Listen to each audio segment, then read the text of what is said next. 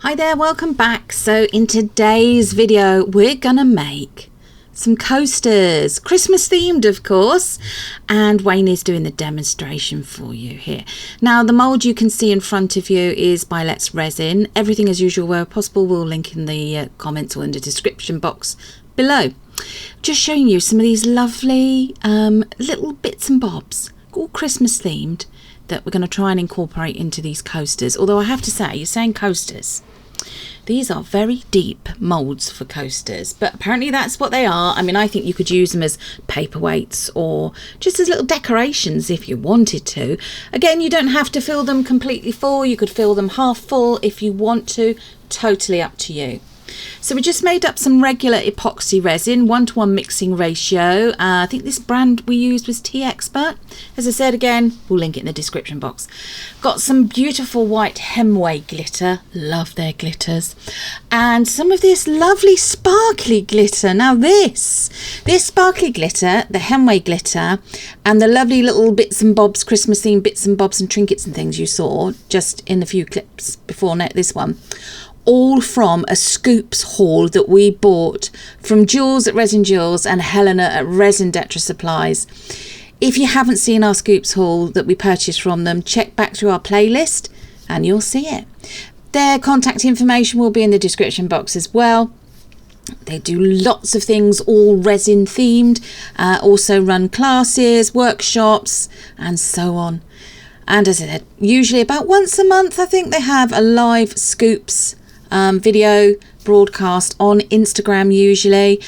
Check out their Instagram information to find out more about that.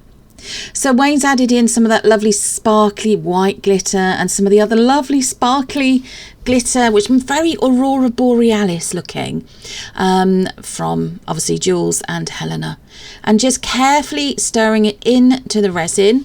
Make sure you scrape around the sides. Obviously when you're working with resin, please work in a well ventilated area. Take all the appropriate PPE precautions. Wear the gloves, as you can see Wayne's wearing some nitrile gloves. As I said, work in a well ventilated area. If you've got a specialist extractor, put it on. Wear a respirator mask as well and some eye protection. Don't forget of course to make sure you're fully clothed. I know that sounds weird, but that you haven't got bare legs, bare arms, all that kind of thing.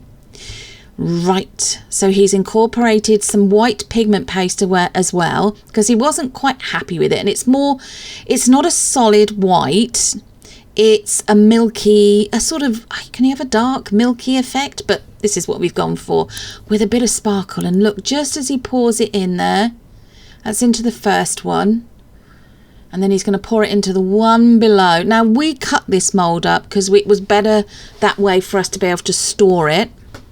It does come in one complete mold of six, with six sort of spaces. What's it, spaces? I don't know. For 6 individual coaster or paperweight style molds. Now we're only going to show you working on 2 of them. He has poured a small amount of the lovely resin mix into the bottom of that mold, tilted it slightly just to get it to go to the sides, and then done the same with the one at the bottom. That glitter really is giving it the Aurora Borealis sort of effect. Lots of pale pinks, silvers, golds, little bits of violets and purples. Right, so happy with that. Didn't pour a lot in, as you can see.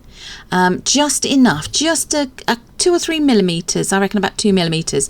Now this is at the stage where it's 75% cured, so it's tacky but not solid. And what Wayne's doing here now is he's adding in those lovely embellishments. So we've got some candy canes going in. Love these. Let us know in the comments which of these embellishments are your favourites. What would you use? Have you made any Christmas themed coasters? Penguins with Santa hats. Lovely. Little chubby penguins. There we go. Obviously bits of this video have been sped up because, you know, you don't need to sit for 10 minutes watching him putting things in like this. But look at these Christmas trees with snow on. Very nice. I like those.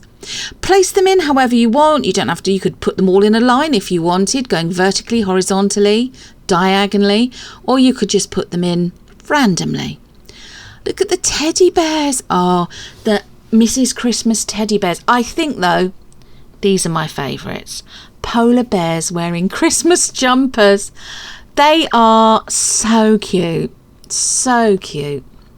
And as I said, Wayne's just literally placing them on the top so they're not sinking into the resin and getting all covered up. They did go a little bit in, but that was what we wanted. And now we've got the little Father Christmas present sacks going in. Gorgeous red with the green bow. And I think they've got Merry Christmas written on them in white. So he's putting quite a lot in these coasters. Obviously, you can put as much or as little as you want to. You could chop up some tinsel and pop some tinsel in. You could use mylar paper. I don't know if you know what that's like. It's like a very fine film, like plasticky feeling film, but it's very, very thin, and it's very reflective, very much Aurora Borealis look to it. Would look lovely in this. Right, so then you put those to one side and let it finish curing up. This is the following day. It's made up a bit more resin, again epoxy resin, 1:1 mixing ratio.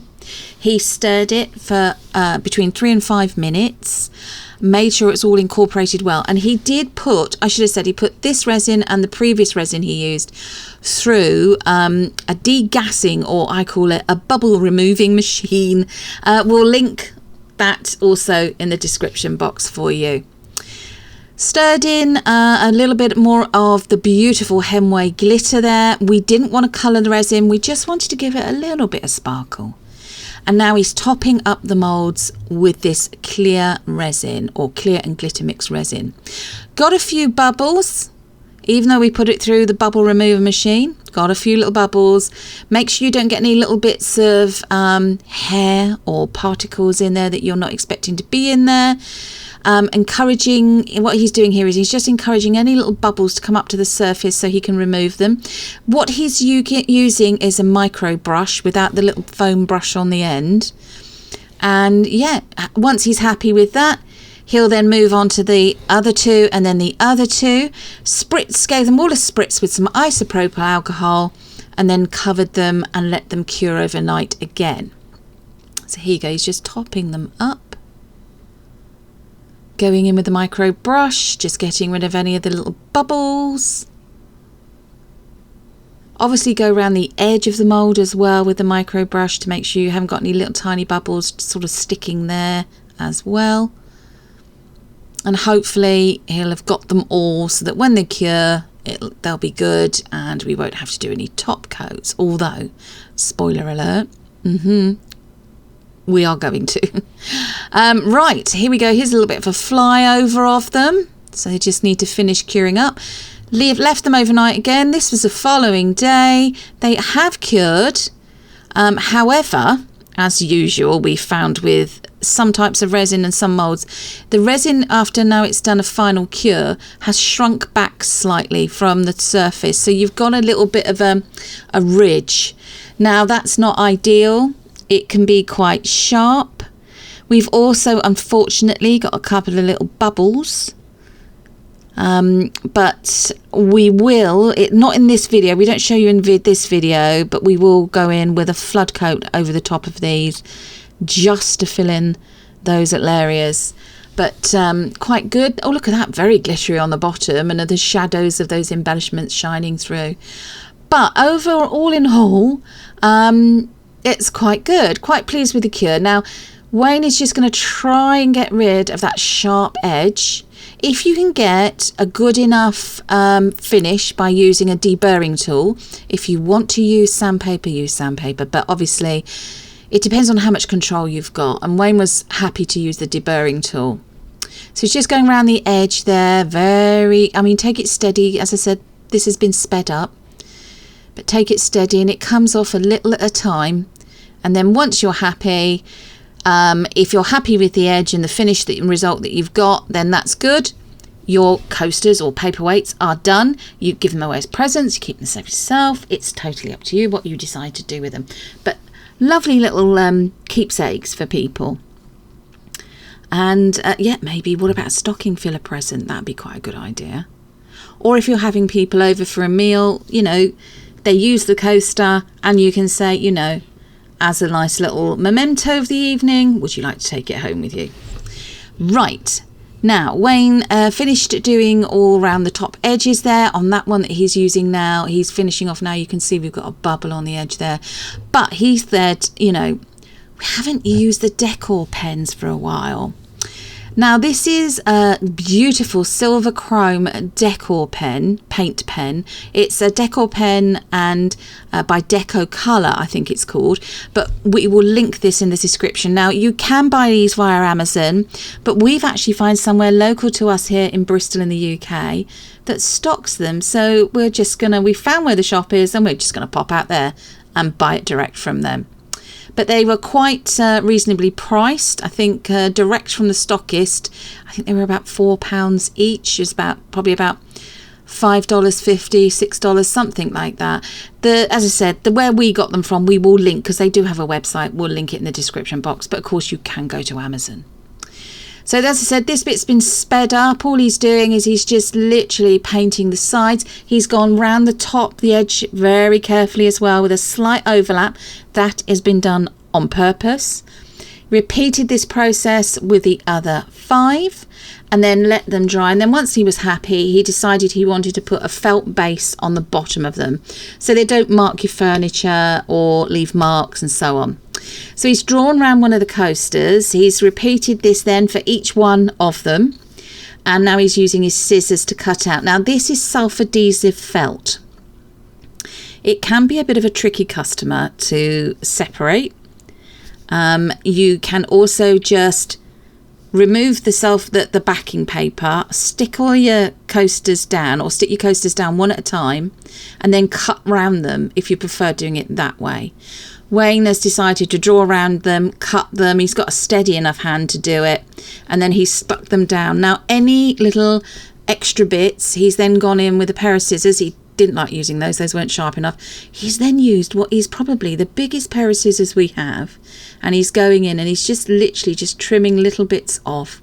I mean, if you've got another way of being able to cut these so you get a really good finish, then let us know.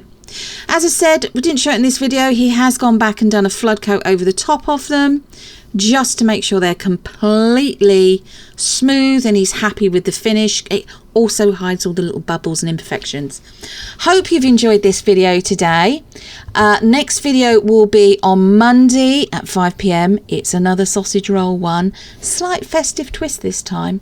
Thanks for watching, everybody. Don't forget to like, share and subscribe, and we'll see you again soon. Bye bye.